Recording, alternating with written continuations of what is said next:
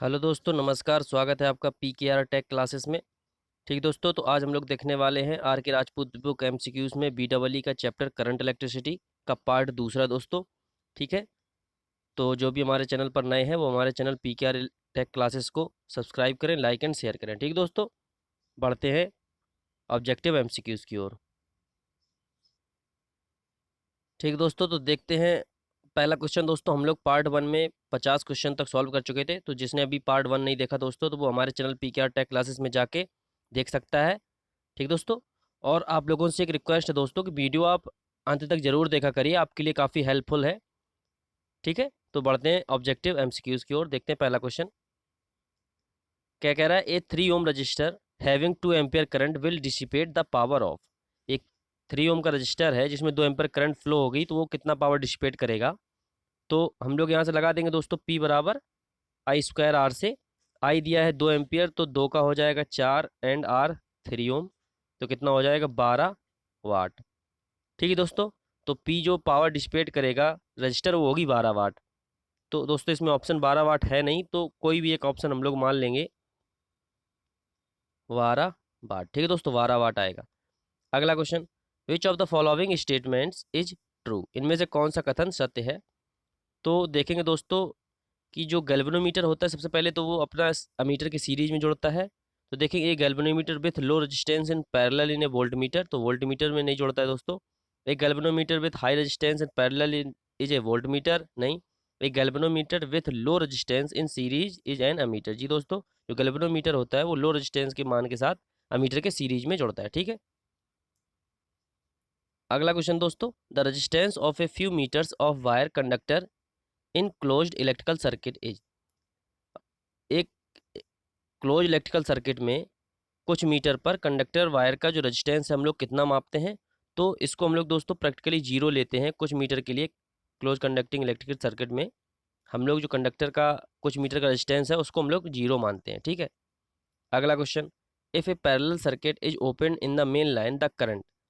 Parallel circuit है, मान लिया कोई पैरेलल सर्किट है, कोई ब्रांच है पैरेलल सर्किट की। ठीक है, तो ये मेन लाइन है, यहाँ से करंट फ्लो हो रही है। तो वो क्या कह रहा है कि अगर मेन लाइन ओपन हो जाती है, मेन लाइन मतलब ये मेन लाइन है, अगर मेन लाइन यहाँ से ओपन हो जाएगी तो पूरे सर्किट में करंट क्या होगी। तो increase in the branch of the lowest resistance, जब तो करंट पूरे सर्किट में जीरो हो जाएगी दोस्तों, क्योंकि मेन लाइन अगर ओपन हो जाएगी तो किसी भी सर्किट किसी भी ब्रांच में करंट फ्लो नहीं होगी। तो is zero in all branches. ठीक है दोस्तों,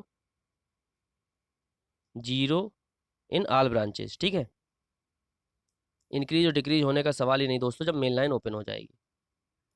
अगला क्वेश्चन दोस्तों, if a wire conductor of 0.2 ohm resistance is doubled in length its resistance becomes.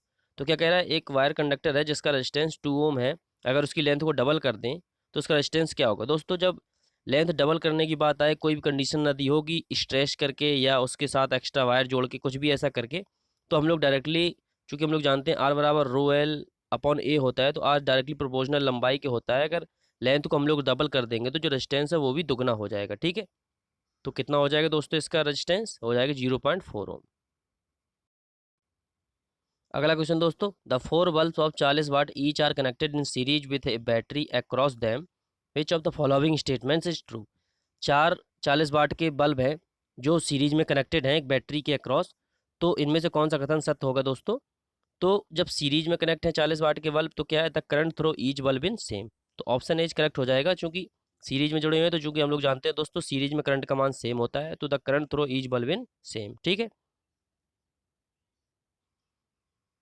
अगला क्वेश्चन दोस्तों, क्या कह रहा है, two resistance R1 and R2 are connected in series across the voltage source where R2 is greater than R1, the largest drop will be across. तो दो resistance है दोस्तों R1 एंड R2, एक वोल्टेज सोर्स के across जुड़े हुए हैं series में। ठीक है दोस्तों, तो अगर सीरीज में जुड़े हुए हैं तो उनमें जो करंट का मान है वो दोस्तों सेम होगा। ठीक है, R1 एंड R2 जुड़े हुए हैं सीरीज में, तो करंट का मान सेम होगा। तो अब दोस्तों जो रेजिस्टेंस का मान ज़्यादा होगा उसके अक्रॉस जो वोल्टेज ड्रॉप होगा वो ज़्यादा होगा। तो R2 का मान ज़्यादा है R1 से, तो R2 के अक्रॉस जो वोल्टेज ड्रॉप होगा वो ज़्यादा होगा। ठीक है दोस्तों, अगला क्वेश्चन दोस्तों, एक closed switch has a resistance of. Close switch की बात कर रहा है दोस्तों, तो क्लोज स्विच मान लिया स्विच बनाए दोस्तों। ठीक है, ये इस तरह से स्विच होता है, तो क्लोज स्विच की बात कर रहा है दोस्तों। क्लोज का मतलब क्या है कि स्विच बंद है अपना, ठीक है। तो स्विच बंद है तो इसका मतलब ये हो जाएगा कि जो हम लोगों का रेजिस्टेंस होगा वो होगा दोस्तों जीरो। क्लोज स्विच मतलब जो रेजिस्टेंस का मान है वो होगा जीरो। अगर ओपन स्विच की बात करता तो रेजिस्टेंस हो जाता दोस्तों इन्फिनिटी, ठीक है। अगला question, the hot resistance of the bulbs filament is higher than its cold resistance because the temperature coefficient of the filament is. तो जो फिलामेंट का कोएफिशिएंट टेम्परेचर कोएफिशिएंट होता है वो होता है दोस्तों पॉजिटिव। अगला क्वेश्चन दोस्तों, heat in a conductor is produced on the passage of electric current due to. तो कंडक्टर में हीट कैसे प्रोड्यूस होती है दोस्तों, जब इलेक्ट्रिक करंट उससे पास होती है तो वो रेजिस्टेंस के कारण होती है, ठीक दोस्तों। कंडक्टर के रेजिस्टेंस के कारण उसमें हीट प्रोड्यूस होती है। अगला question, the insulation on a current carrying conductor is provide. Current carrying conductor में इंसुलेशन किस लिए प्रोवाइड किया जाता है दोस्तों? To prevent leakage of current, to prevent shock, both of the above factors. तो दोस्तों जो इंसुलेशन होता है वो करंट कैरिंग कंडक्टर में हम लोगों को दोनों कारकों से बचाता है कि लीकेज करंट भी नहीं होती है दोस्तों उसमें, एंड शॉक भी नहीं लगता है। अगला क्वेश्चन दोस्तों, the thickness of insulation provided on the conductor depends on. तो इंसुलेशन के ऊपर जो थिकनेस होती है, सॉरी कंडक्टर के ऊपर जो इंसुलेशन की थिकनेस होती है वो किस पे डिपेंड करती है दोस्तों? तो वो करती है the magnitude of voltage on the conductor, की वोल्टेज पर सॉरी कंडक्टर पर कितने वोल्टेज हम लोग, कितना मैग्नीट्यूड है वोल्टेज का, कितना वोल्टेज अप्लाइड कर सकते हैं उस कंडक्टर पर, ठीक है। उस पर डिपेंड करती है इंसुलेशन की थिकनेस। एंड जो कंडक्टर का साइज होता है दोस्तों वो करंट के मैग्नीट्यूड पर डिपेंड करता है कि करंट कितनी फ्लो होगी उस कंडक्टर से, ठीक है। अगला question, which of the following quantities remain the same in all parts of A series circuit. तो सीरीज सर्किट में दोस्तों कौन सी क्वांटिटी होती है जो सभी पार्टों में सेम रहती है? तो चूंकि दोस्तों अभी हम लोग कई बार बात कर चुके हैं कि सीरीज सर्किट में जो करंट का मान होता है वो सभी पार्ट में सेम रहता है, ठीक है।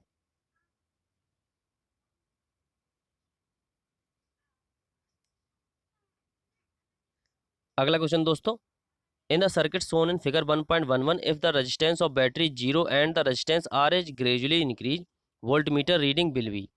तो दोस्तों क्या कह रहे हैं कि अगर बैटरी का जो रेजिस्टेंस है अगर जीरो हो जाएगा, तो अगर बैटरी का रेजिस्टेंस जो दोस्तों जीरो हो जाएगा तो जो वोल्टेज है या बैटरी सोर्स है वो कांस्टेंट या आइडियल वोल्टेज सोर्स या कांस्टेंट वोल्टेज सोर्स हो जाएगा। तो जो इसके अक्रॉस वोल्टेज होगा, जो हमें आर के अक्रॉस वोल्टेज मिलेगा दोस्तों इस वोल्ट मीटर में, तो रिमेन कांस्टेंट मिलेगा, ठीक है। आर का मान कम ज़्यादा करने से वोल्ट मीटर की रीडिंग पर कोई फर्क नहीं पड़ेगा, तो रिमेन सेम। अगला क्वेश्चन दोस्तों, in the circuit shown in figure 1.11 if the battery has some finite resistance तो voltmeter reading will be. तो अब क्या कह रहा है दोस्तों कि इसी सर्किट में अगर बैटरी का कुछ रेजिस्टेंस हो जाए, मान लिया अगर बैटरी का कोई कुछ रेजिस्टेंस हो गया, तो चूंकि जब बैटरी का अगर कुछ रेजिस्टेंस हो गया तो जो वी का मान होगा आर के अक्रॉस टर्मिनल पर, वो बैटरी की इंटरनल रेजिस्टेंस की वजह से कुछ ना कुछ वोल्टेज ड्रॉप दोस्तों उसकी बैटरी के इंटरनल रेजिस्टेंस के कारण वहाँ पे हो जाएगा। तो जो बैटरी के अक्रॉस हम लोगों को, सॉरी आर के अक्रॉस जो वोल्टेज मिलेगा वो हम लोगों को जो टर्मिनल वोल्टेज पहले मिल रहा था उससे कम ही मिलेगा, या बैटरी का कुछ भी अगर रेजिस्टेंस का मान होगा तो जो आर के क्रॉस वोल्टेज मिलेगा टर्मिनल वोल्टेज वो कम मिलेगा, ठीक है।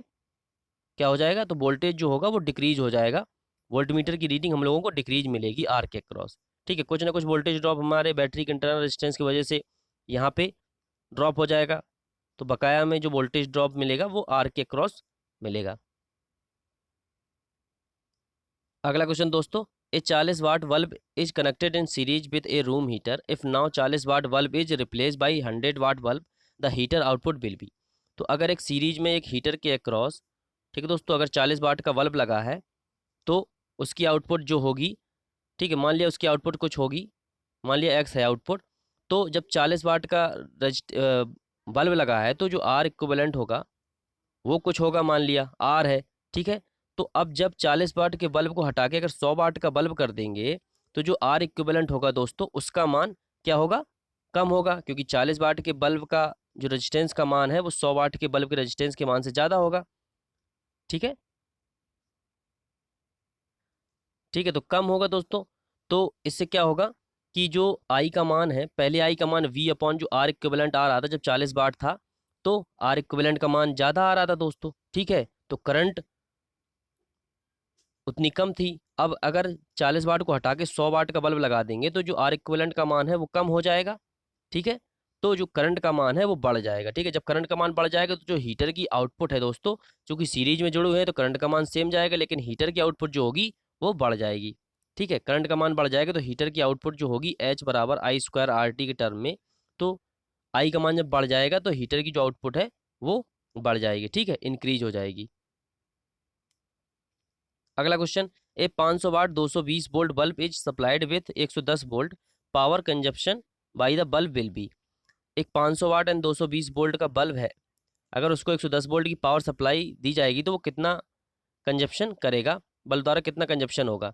तो दोस्तों जब हम लोग इसको सॉल्व करते हैं, निकालते हैं, तो इसमें जो कंजप्शन आता है पावर का वो स्लाइटली ग्रेटर देन 125 वाट से अधिक, थोड़ा सा ज़्यादा आता है, 125.01 कुछ करके इतने वाट, ठीक है। तो इसलिए इसको हम लोग स्लाइटली ग्रेटर देन 125 वाट बोलते हैं, ठीक है, क्योंकि इसमें option slightly less than slightly greater than करके दिए हैं, तो इसलिए हम लोग इसको एग्जैक्टली 125 वाट नहीं बोलते, ठीक है।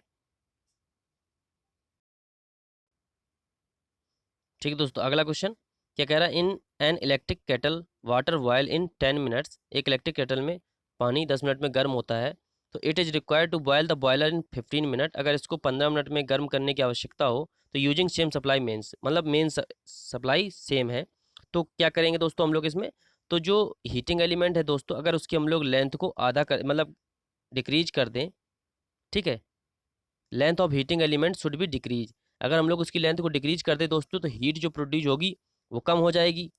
पहले अगर लेंथ ज़्यादा होगी तो उससे ज़्यादा हीट प्रोड्यूस हो रही होगी, जो हीटिंग एलिमेंट है, अगर हीटिंग एलिमेंट की लेंथ को हम कम कर देंगे तो हीट थोड़ा कम हो जाएगी, तो उससे जो 10 मिनट में वाटर बॉयल हो रहा था तो वो 15 मिनट में बॉयल होगा, ठीक है दोस्तों। अगला question, an electric filament bulb can be worked from. तो इलेक्ट्रिक फिलामेंट बल्ब किस पर काम कर सकता है, तो DC supply only, AC supply only, battery supply only, या ऑल ऑफ द एबव। तो जो इलेक्ट्रिक फिलामेंट बल्ब होता है दोस्तों ये सभी पर काम कर सकता है, ऑल ऑफ द एबव। अगला question, resistance of a tungsten lamp as applied voltage increase. Tungsten filament lamp का जो रेजिस्टेंस है दोस्तों, अगर वोल्टेज इंक्रीज करते हैं तो रेजिस्टेंस का मान क्या होता है दोस्तों, रेजिस्टेंस का मान इंक्रीज हो जाता है जब वोल्टेज बढ़ाते हैं, ठीक है दोस्तों।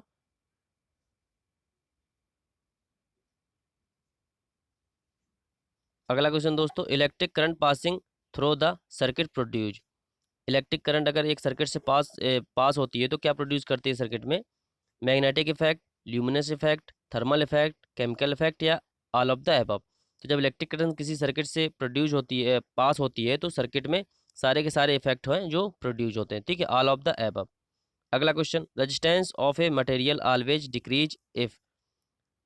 किसी भी मटेरियल का रेजिस्टेंस ऑलवेज डिक्रीज होगा यदि temperature of material is decrease, या temperature of material is increase, या number of free electrons available become more, या नन ऑफ द एबव। तो क्या होगा दोस्तों कि उसका जो रेजिस्टेंस है मटेरियल का ऑलवेज डिक्रीज होगा यदि number of free electron available become मोर, ठीक है, फ्री इलेक्ट्रॉनों की संख्या बहुत ज़्यादा हो। अगला क्वेश्चन दोस्तों, if the efficiency of a machine is to be high what should be low. अगर किसी मशीन की इफिशियंसी हाई है तो उसमें क्या लो होगा, क्या लो होना चाहिए। तो अगर चूंकि दोस्तों हम लोग इफिशियंसी जानते हैं दोस्तों क्या होता है, आउटपुट अपॉन इनपुट। तो दोस्तों इफिशियंसी हाई कब होगी दोस्तों, जब आउटपुट हमें मैक्सिमम मिले, मतलब जितना इनपुट दें समथिंग समथिंग उतना ही आउटपुट मिले। तो क्या किस वजह से आउटपुट हमें सबसे ज़्यादा मिलेगा, कि उसमें लॉसेस कम से कम हो। अगर लॉसेस कम से कम होंगी तो जितना इनपुट देंगे हम लोग उतना ही हमें आउटपुट मिलेगा, तो इफिशियंसी हमें मैक्सिमम मिलेगी। तो क्या होगा दोस्तों इसमें, व्हाट शुड बी लो, क्या लो होना चाहिए, तो लॉसेस सबसे कम होना चाहिए, ठीक है। अगला क्वेश्चन दोस्तों, two bulbs of 500 watt and 200 watt rated at 250 volt will have resistance ratio as. तो दोस्तों हम लोग पी बराबर क्या जानते हैं वोल्टेज के टर्म में, वी स्क्वायर अपॉन आर। तो पी वन आर वन मान लिया, तो दो चूंकि दोस्तों वोल्टेज दोनों में सेम है, तो P one upon P two जब करेंगे हम लोग, P one upon P two करेंगे तो क्या हो जाएगा, R two upon R one, क्योंकि जो रेजिस्टेंस होता है वो पावर के इन्वर्सली प्रोपोर्शनल होता है। तो R two and R one, तो पी वन कितना है दोस्तों 500 वाट एंड पी टू कितना है 200 वाट, तो कितना आ जाएगा दोस्तों, R two upon R one है कितना 5/2। तो ये R2 अनुपात R1 आया 5/2, तो R1 अनुपात R2 कितना आ जाएगा दोस्तों, वो हो जाएगा 2:5। ठीक है, 2:5। तो कितना हो जाएगा दोस्तों, ये हो जाएगा ऑप्शन सी इज करेक्ट। अगला क्वेश्चन, एक glass rod when rubbed with silk cloth is charge because.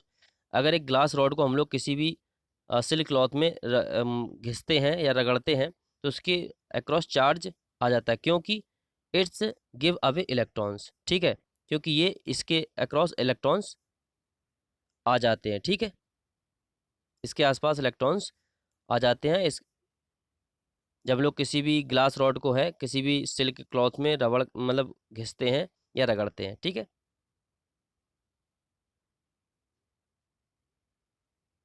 अगला क्वेश्चन, वेदर सर्किट में भी एसी और डीसी, सर्किट एसी या डीसी हो, इनमें से कोई एक following is most effective in reducing the magnitude of the current. इनमें से कौन सा एक सबसे ज़्यादा इफेक्टिव है जो करंट के मैग्नीट्यूड को रिड्यूस करता है। तो दोस्तों एसी और डीसी में जो मोस्ट इफेक्टिव होता है वो होता है दोस्तों रजिस्टर। ठीक है, इंडक्टर और कैपेसिटर तो दोस्तों डीसी पर वर्क नहीं करते, कैपेसिटर डीसी को ब्लॉक करता है एंड इंडक्टर जो होता है वो एसी को ब्लॉक करता है। ठीक है, अगला क्वेश्चन दोस्तों, it becomes more difficult to remove, मतलब क्या होता है जो रिमूव करने में सबसे ज़्यादा डिफिकल्टी पैदा करता है। तो वो दोस्तों जो होता है electron, third electron from the orbit, orbit से जो थर्ड इलेक्ट्रॉन होता है वो रिमूव करना सबसे डिफिकल्ट होता है। ठीक है, अगला क्वेश्चन दोस्तों, अगला क्वेश्चन क्या है 81, when one leg of parallel circuit is opened out the total current will be. तो कोई भी अगर एक पैरेलल सर्किट है, ठीक है, कोई भी एक अगर पैरेलल सर्किट है उसके अक्रॉस अगर वोल्टेज जुड़ रहा है तो करंट पूछ रहा है। अगर कोई भी एक उसकी एक ब्रांच की अगर एक लेग ओपन हो जाती है, मतलब एक ब्रांच कोई अगर ओपन हो जाए, मान लिया ये ओपन हो गया, पहले जो टोटल रेजिस्टेंस था दोस्तों पैरेलल सर्किट में, मान लिया जितने भी ज़्यादा अगर पैरेलल में रेजिस्टेंस जुड़ते जाते हैं तो जो इक्विवेलेंट रेजिस्टेंस का मान होता है वो कम होता चला जाता है। ठीक है, आर इक्विवेलेंट का मान उतना होता है कि पैरेलल सर्किट में जो भी सबसे छोटा रेजिस्टेंस होगा उससे भी कम मान होता है आर इक्विवेलेंट पैरेलल सर्किट में। अगर एक लेग ओपन हो जाती है दोस्तों तो क्या होगा, जो टोटल आर इक्विवेलेंट का मान है वो बढ़ जाएगा। तो चूंकि दोस्तों पहले आई बराबर वी अपॉन आर इक्विवेलेंट का मान कुछ आर आता, तो जब आई बराबर वी अपॉन आर इक्विवेलेंट है तो आर का मान जब बढ़ जाएगा, अगर एक लेग ओपन हो जाएगी तो आर इक्विवेलेंट का मान बढ़ जाएगा, तो जो करंट होगी वो डिक्रीज हो जाएगी, जो टोटल करंट है वो सर्किट से डिक्रीज हो जाएगी, मतलब वोल्टेज से जो करंट का मान है वो डिक्रीज हो जाएगा जब हम लोग अगर आर का मान बढ़ जाएगा। तो क्या होगा दोस्तों, जो टोटल करंट है वो डिक्रीज हो जाए मतलब रिड्यूज हो जाएगी, ये सॉरी डिक्रीज हो जाएगी। अगला question, in a lamp load when more than one lamp are switched on the total resistance of the load. तो चूंकि दोस्तों क्या कह रहा है कि अगर एक लैंप एक लैंप से ज़्यादा लैंप हम लोग स्विच ऑन करते हैं तो जो टोटल रेजिस्टेंस होता है लोड पे वो क्या होता है, तो वो होता है दोस्तों डिक्रीज। क्योंकि अगर हम लोग कभी भी कोई सर्किट अगर लैंप लगाते हैं तो पैरेलल सर्किट में जुड़ी होती हैं, तो अगर हम लोग एक से ज़्यादा लैंपों को जब ओपन कर देंगे तो जो टोटल इक्विवेलेंट रेजिस्टेंस का मान है वो डिक्रीज हो जाता है। ठीक है, लोड का जो टोटल इक्विवेलेंट रेजिस्टेंस है वो डिक्रीज हो जाता है। अगला क्वेश्चन दोस्तों, two lamps 100 watt and 40 watt are connected in series across 230 volt alternating, which of the following statement is correct. 100 watt and 40 watt की जो लैंप है वो 230 वोल्ट के अक्रॉस कनेक्टेड है सीरीज में। ठीक है, तो विच ऑफ द फॉलोइंग स्टेटमेंट, इनमें से कौन सा कथन सत्य है। तो चूंकि दोस्तों जो 100 वाट और 40 वाट की लैंप है, इनमें से जो 40 वाट की लैंप है उसका रेजिस्टेंस का मान ज़्यादा होगा, एंड 100 वाट की लैंप चूंकि पी बराबर क्या होता है दोस्तों V² upon are, and P2 बराबर क्या हो जाएगा V² अपॉन R2। तो चूंकि अगर R1 बराबर है P बराबर है 100 वाट, यहाँ पे R1 अगर हम लोग निकालेंगे तो 100 वाट का भाग देंगे, एंड R2 अगर निकालेंगे तो 40 का। ठीक है, तो जो R2 का मान निकलेगा वो ज़्यादा निकलेगा। तो जिस लैंप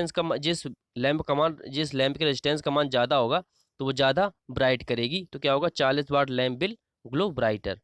ठीक है, अगला question, resistance of 220 volt 100 watt lamp will B.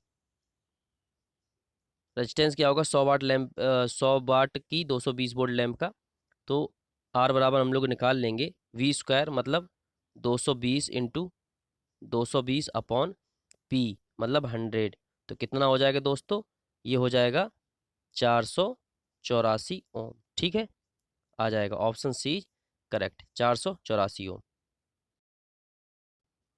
अगला क्वेश्चन दोस्तों, in the case of direct current के केस में क्या होता है, तो magnitude and direction of current remain constant. तो जो करंट की डायरेक्शन होती है दोस्तों एंड मैग्नीट्यूड होता है वो कांस्टेंट रहता है, ठीक है। जो डीसी सप्लाई होती है दोस्तों वो कांस्टेंट चलती है, ठीक है। And AC pulsating. अगला question, when electric current pass through a bucket full of water, lot of bubbling is observed, this suggest that the type of supply is. तो इसके लिए जो सप्लाई होगी दोस्तों वो होती है डीसी। अगला क्वेश्चन दोस्तों, resistance of carbon filament lamp as the supply voltage increase. अगर सप्लाई वोल्टेज को इंक्रीज करेंगे तो कार्बन फिलामेंट लैंप का जो दोस्तों रेजिस्टेंस होता है वो डिक्रीज होता है, क्योंकि कार्बन फिलामेंट लैंप जो होता है उसका जो टेम्परेचर कोफिशिएंट होता है वो नेगेटिव होता है। अगला question, bulb in street lighting are connected in. Street light में जो बल्ब होते हैं वो कैसे कनेक्ट होते हैं दोस्तों, तो वो पैरेलल में कनेक्ट होते हैं, ठीक है। पैरेलल में कनेक्ट होने से ये फायदा होता है दोस्तों, अगर कोई एक भी बल्ब अगर फ्यूज होगा तो सप्लाई कंटिन्यूस बनी रहेगी, सभी जलते रहेंगे, ठीक है दोस्तों, दूसरे अन्य जो सही होंगे वो जलेंगे। अगला क्वेश्चन दोस्तों, फॉर टेस्टिंग अप्लायंस के लिए the wattage of test lamp should be. Test lamp का वाटेज क्या होना चाहिए, कितने वाट की होनी चाहिए, तो दोस्तों जो हम लोग कोई भी टेस्ट करेंगे तो उसके लिए हमें मालूम नहीं होता, तो जो वाटेज लैंप है उसका जो वाटेज है वो हाई होना चाहिए, मतलब हाई वाट की लैंप यूज करेंगे। अगला क्वेश्चन दोस्तों, switching off A lamp in house produces noise in the radio, this is because switching operation produce. तो ये दोस्तों इसकी वजह से होता है, ये होता है दोस्तों आर्क अक्रॉस सेपरेशन कॉन्टैक्ट्स के बीच में जब आर्क उत्पन्न होता है तो रेडियो में दोस्तों कुछ नॉइज प्रोड्यूस हो जाती है। अगला क्वेश्चन दोस्तों, sparking acres when a load is switched off because the circuit has high. जब स्विच लोड को स्विच ऑफ करते हैं तो स्पार्किंग होती है, वो किसकी वजह से होती है दोस्तों, वो होता है सर्किट में हाई इंडक्टेंस के वजह से, ठीक है। अगला question, copper wire of certain length and resistance is drawn out to 3 times its length without change in volume, the new resistance of wire becomes. तो दोस्तों जब हम लोग इसको सॉल्व करते हैं तो ये आता है दोस्तों हम लोगों का 9 times, ठीक है। जो नया रेजिस्टेंस का मान होगा वो पहले वाले से 9 गुना अधिक होगा।